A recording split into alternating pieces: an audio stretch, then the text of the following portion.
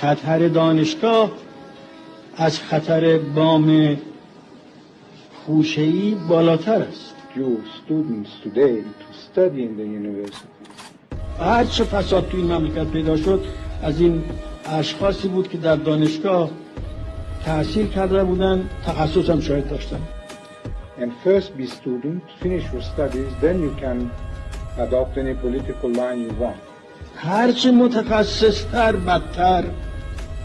But become learned people. To the others I said become skilled labor people. ما را خواهی نخواهی دانشگاه میکشد به دامن آمریکا. Because when the day of the non-oil economy will start, you will have to be equal to the other first-class nations of the world if you want to keep up that status.